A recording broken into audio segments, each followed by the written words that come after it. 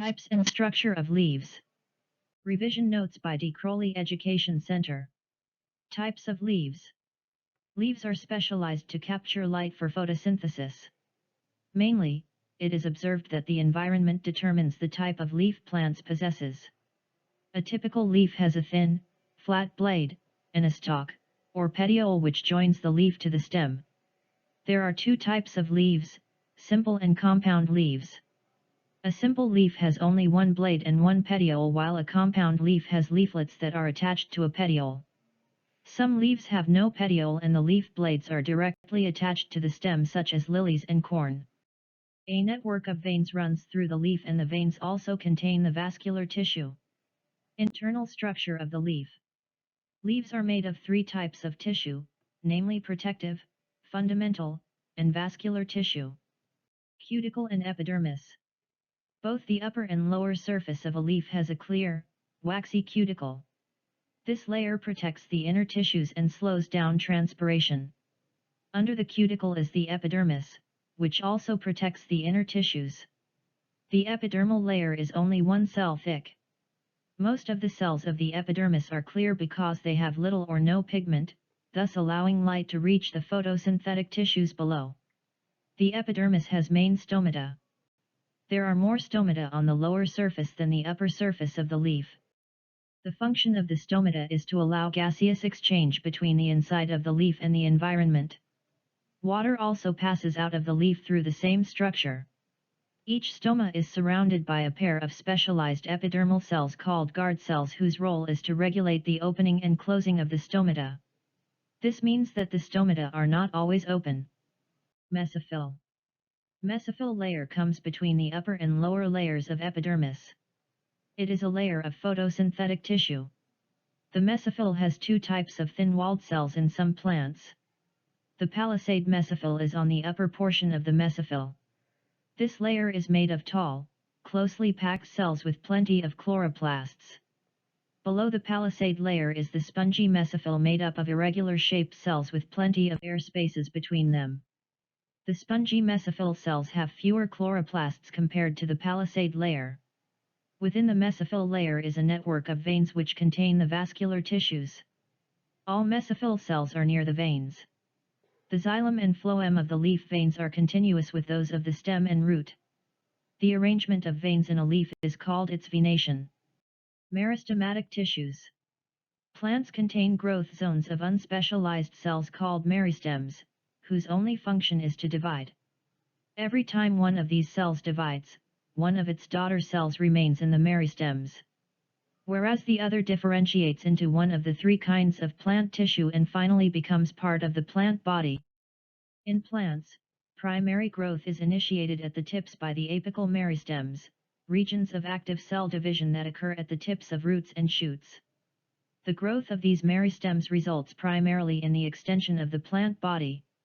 As it elongates, it forms what is known as the primary plant body, which is made up of the primary tissues. Growth in thickness. Secondary growth involves the activity of the lateral meristems, which are cylinders of meristematic tissue. The continued division of their cells results primarily in the thickening of the plant body. Meristematic tissues are made of cells that undergo mitosis and cell division frequently. There are two kinds of literal meristems, the vascular cambium, which gives rise to ultimately thick accumulations of secondary xylem and phloem, and the cork cambium, from which arise the outer layers of bark on both roots and shoot. Most plants have three major tissue types: ground tissue, in which vascular tissue is embedded and are used in the production, storage of food and in the support of the plant; dermal tissue, or the epidermis, which is the outer protective covering of the plant; and vascular tissue, which conducts water and dissolved minerals up the plant and also conducts the products of photosynthesis throughout. Xylem and phloem are the vascular or conducting tissues of the plant. Ground tissue are used in the production and storage of food, and in the support of the plant. Let's now discuss xylem and phloem tissues. Vascular tissue, xylem and phloem. Vascular tissue is composed of xylem and the phloem. Xylem, which is the material you think of as wood, conducts water and dissolved mineral salts, forming a continuous system that runs throughout the plant body. Water molecules enter, or leave a cell by osmosis. This is the movement of water molecules across a semi-permeable membrane from an area of high concentration of water molecules to a low concentration of water molecules. Plants take up water mainly through the root hairs. Each root hair is a single, long cell with a structure similar to the palisade. Within the system, water and minerals dissolved in water passes from the roots up through the shoot in a continuous stream. When water reaches the leaves, much of it passes into the air as water, through the stomata, a process called transpiration. Phloem conducts food and other dissolved materials in both directions along the length of the plant. Most of the cells that form mature xylem are dead. They do not have cytoplasm. As water transpires, more is drawn from the xylem. This movement of water exerts suction on the water filling the xylem vessels of the stem. As the water is sucked upward through the xylem of the stem, more water is supplied to the bottom of the xylem by the roots, causing a continuous movement of column of water from the roots to the leaves. This is called the transpiration stream. Protective tissues. The protective tissue that forms the outer layer on leaves, green stems and roots is called the epidermis. The cells of the epidermis secrete a wax substance called cutin. Cutin forms a layer over the outer surface of the epidermis called cuticle.